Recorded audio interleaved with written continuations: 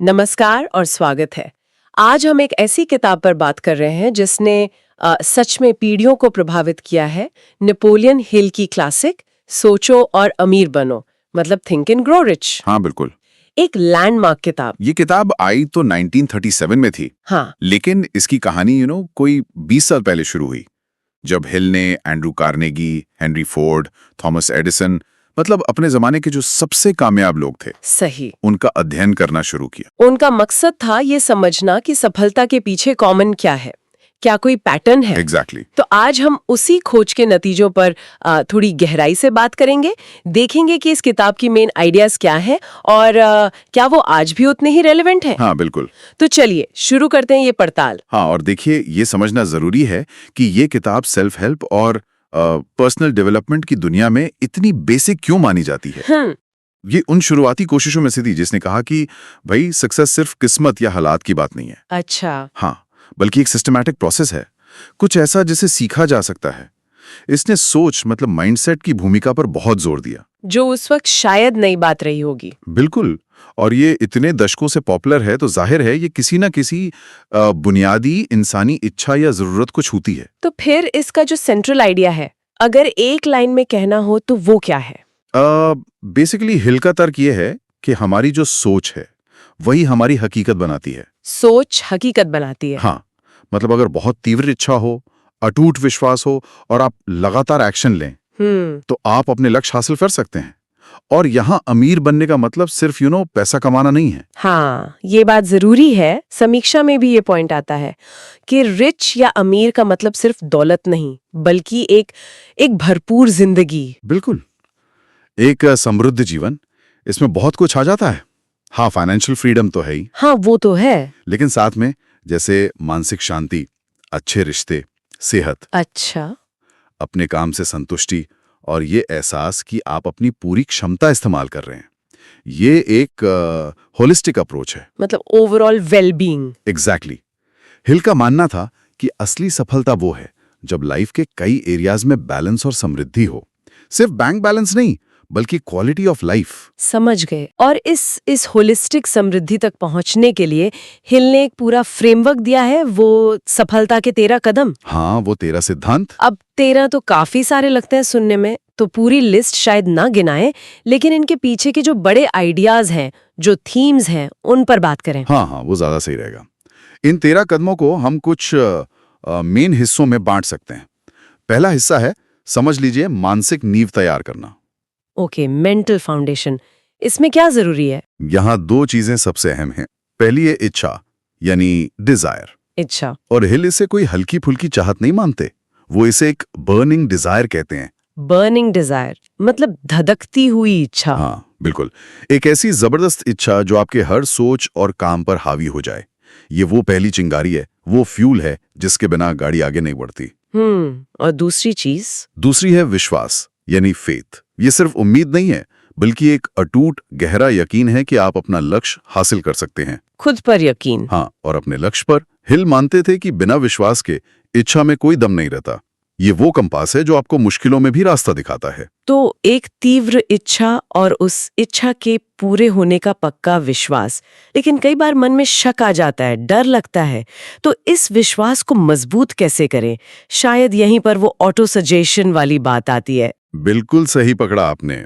Auto suggestion या स्वतः सुझाव इसी विश्वास को गहरा करने का तरीका है। ये बेसिकली अपने सबकॉन्शियस माइंड को पॉजिटिव स्टेटमेंट्स यानी अफर्मेशंस के जरिए बार बार प्रोग्राम करने की टेक्निक है। अच्छा, जैसे खुद को बार बार याद दिलाना। हाँ, इसे ऐसे समझें कि आप अपने दिमाग के बगीचे में लगातार पॉजिटिव विचारों के बीज बो रहे हैं, ताकि नेगेटिव सोच की जगह वही उगे जो आप चाहते हैं। ये एक तरह का मेंटल रिहर्सल है, अपने विचारों को अपने गोल्स के साथ अलाइन करने का। ओके, ये तो हुई माइंडसेट की बात, लेकिन सिर्फ सोचने से तो काम नहीं बनता। अगला कदम शायद एक्शन का होगा। हाँ बिल्कुल, दूसरा जरूरी हिस्सा है सोच को एक्शन में बदलना। ठीक है। यहाँ भी कुछ खास बातें हैं। एक है स्पेशलाइज्ड नॉलेज, यानी विशिष्ट ज्ञान। स्पेशलाइज्ड नॉलेज, जनरल नॉलेज नहीं, हिल कहते हैं कि जनरल जानकारी काफी नहीं है। आपको अपने चुने हुए फील्ड में खास ज्ञान हासिल करना होगा और उसे इस्तेमाल करना सीखना होगा। सिर्फ डिग्री लेना या जानकारी जमा करना काफी नहीं है, उसे प्रैक्टिकली अप्लाई करना जरूरी है। सही बात है।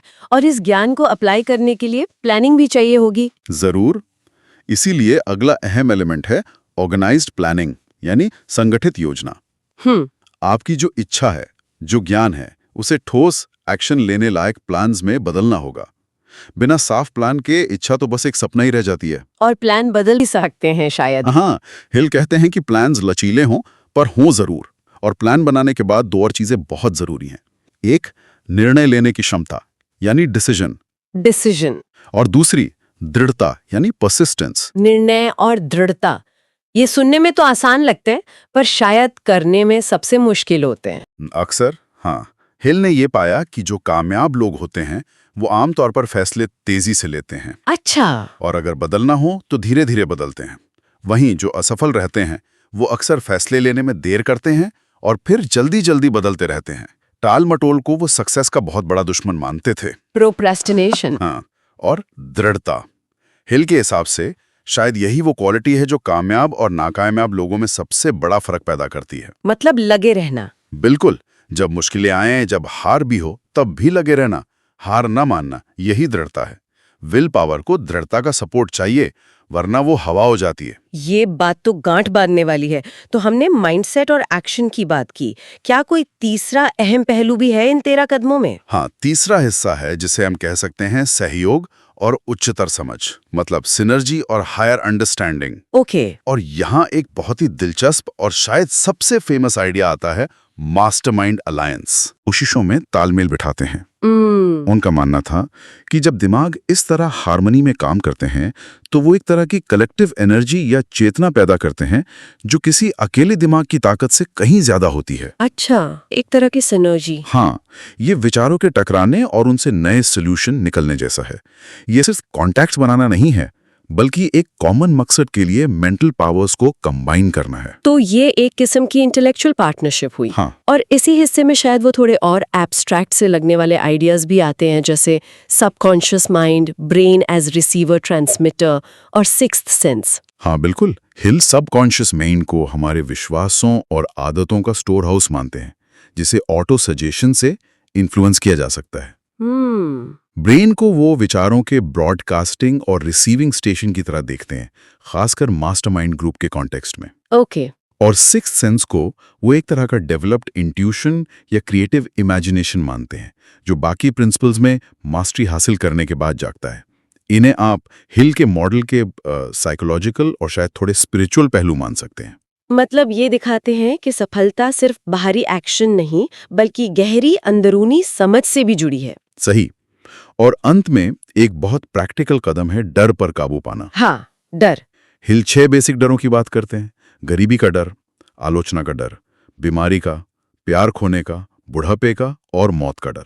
ये 2 कॉमन डर है। हाँ, और वो मानते थे कि ये डर हमारी सोच को पैरालाइज कर देते हैं, हमें एक्शन लेने से रोकते हैं। इन पर जीत हासिल करना जरूरी है अगर सफलता की राह पर आगे बढ़ना है। तो अगर हम इन सब हिस्सों को जोड़ें, माइंडसेट बनाना, एक्शन लेना, दूसरों के साथ सिनर्जी बनाना और अपने डर पर काबू पाना, तो ये मिलकर सक्सेस का एक पूरा रोड मैप बनाते हैं। ये वाकई एक बहुत कॉम्प्रिहेंसिव फ्रेमवर्क है।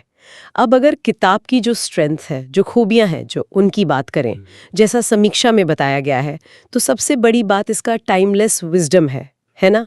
मतलब 1937 की बातें आज भी काम की लगती हैं। बिल्कुल। माइंडसेट पर इसका जो फोकस है, जिसे आज हम माइंडसेट इज एवरीथिंग कहते हैं, हाँ, वो तब भी सेंट्रल था। पर्सनल ग्रोथ और फाइनेंशियल गोल्स के लिए प्रैक्टिकल कदम देना, लोगों को बड़ा सोचने और हिम्मत से काम करने के लिए इंस्पायर करना, ये सब इसकी स्थायी ताकतें हैं। ये सिर्फ क्या करना है नहीं बताती, बल्कि कैसे सोचना है, इस पर ज्यादा जोर देती है। लेकिन समीक्षा में कुछ चैलेंजेस या कह लें क्रिटिसिज्म का भी जिक्र है। हाँ। जैसे भाषा थोड़ी पुरानी लग सकती है 1930s की। हाँ, जाहिर है 1930 के दशक की भाषा है, उदाहरण भी उसी दौर के हैं, तो आज वो थोड़े पुराने लग सकते हैं। पढ़ते वक्त उस जमाने के सोशल कॉन्टेक्स्ट को ध्यान में रखना पड़ता है। सही। और दूसरी चुनौती? दूसरी ये हो सकती है कि कुछ सिद्धांत बिना ठोस मॉडर्न एग्जाम्पल्स के थोड़े एब्स्ट्रैक्ट लगें। हिल प्रिंसिपल्स पर ज्यादा फोकस करते हैं, जिन्हें रीडर को खुद अपनी लाइफ में अप्लाई करना होता है। और शायद सबसे बड़ी चुनौती, जैसा समीक्षा कहती है, वो है सेल्फ डिसिप्लिन की जरूरत। इन सब को लगातार लागू करना आसान नहीं होगा। ये तो किसी भी सेल्फ हेल्प किताब या फिलॉसफी के साथ सच है। है ना? ज्ञान लेना तो पहला कदम है, पर असली बदलाव तो उसे लगातार अमल में लाने से ही आता है। सही बात है। इसे क्रिटिसिज्म के बजाय एक रियलिटी की तरह देखना चाहिए। क्या टाइमलेस विजडम अक्सर ऐसी पैकेजिंग में नहीं आता जिसे हमें अपने समय के लिए थोड़ा ट्रांसलेट करना पड़ता है? ये अच्छा पॉइंट है। और क्या किसी भी मीनिंगफुल चेंज के लिए सेल्फ डिसिप्लिन जरूरी नहीं है? शायद हिल की किताब की असली परीक्षा पढ़ने में नहीं, उसे जीने में है। वाकई ये बहुत जरूरी बात है। तो कुल मिलाकर इस किताब का जो इम्पैक्ट है और जो रेलेवेंस है आज के टाइम में, समीक्षा के मुताबिक ये लाखों लोगों को इंस्पायर कर चुकी है और पर्सनल डेवलपमेंट लिटरेचर की एक तरह से बुनियाद है। हाँ, और इसकी रेलेवेंस शायद इसलिए बनी हुई है क्योंकि ये ह्यूमन साइकोलॉजी और एम्बिशन के कुछ बहुत बेसिक पहलुओं को छूती है। आपके विचार आपकी दुनिया बनाते हैं। ये जो कोर आइडिया है, हाँ, वो आज भी law of attraction, positive psychology, mindset coaching जैसी कई मॉडर्न कॉन्सेप्ट्स में सुनाई देता है। सही। एंटरप्रेन्योरशिप की स्पिरिट, गोल सेटिंग, नेटवर्किंग, जिसे हिल्स मास्टरमाइंड कहते थे, ये सब आज भी उतने ही जरूरी हैं। दुनिया बदल गई है, टेक्नोलॉजी बदल गई है, लेकिन शायद कामयाब होने की इच्छा और उसके लिए जरूरी मेंटल तैयारी के जो मूल सिद्धांत हैं, वो उतने नहीं बदले हैं। तो संक्षेप में नेपोलियन हिल का मैसेज यही है कि भाई सफलता कोई मिस्ट्री नहीं है, ये एक प्रोसेस है जो हमारे विचारों से शुरू होती है। हाँ, और फिर प्लान्ड एक्शन, दृढ़ता और सही माइंडसेट से हकीकत बनती है। ये किताब उसी प्रोसेस का एक ब्लूप्रिंट देती है। बिल्कुल। और इस चर्चा को समेटते हुए एक सवाल मैं श्रोताओं के लिए छोड़ना चाहूंगा जो हमारी बातचीत पर ही आधारित है। हाँ, जरूर। हिल ने मास्टरमाइंड अलायंस पर बहुत जोर दिया था, मतलब लाइक माइंडेड लोगों के साथ मिलकर काम करना। आज की दुनिया जो इतनी ज्यादा कनेक्टेड है, डिजिटल है, कोलैबोरेटिव है, हाँ। क्या ये मास्टरमाइंड का आइडिया 1930s के मुकाबले आज और भी ज्यादा पावरफुल और रिलेवेंट नहीं हो गया है? जहां हम सेकंडों में दुनिया भर के लोगों से जुड़ सकते हैं, वहां इस प्रिंसिपल का क्या नया रूप हो सकता है? इसके बारे में सोचना दिलचस्प होगा। ये वाकई सोचने लायक सवाल है कि आज के कनेक्टेड वर्ल्ड में हम इस मास्टरमाइंड सिद्धांत को कैसे और बेहतर तरीके से इस्तेमाल कर सकते हैं। इसी विचार के साथ आज की ये गहन पड़ताल यहीं समाप्त करते हैं। दोस्तों, उम्मीद करता हूं कि ये रिव्यू आपको पसंद आया होगा। आपको क्या लगता है इस किताब का सबसे बड़ा सबक क्या है? कमेंट करके जरूर बताना। हाँ, बिल्कुल। अगर आपको ऐसी और भी वीडियो चाहिए तो इस वीडियो को लाइक करें और सब्सक्राइब करना मत भूलना। मिलते हैं अगले पॉडकास्ट में।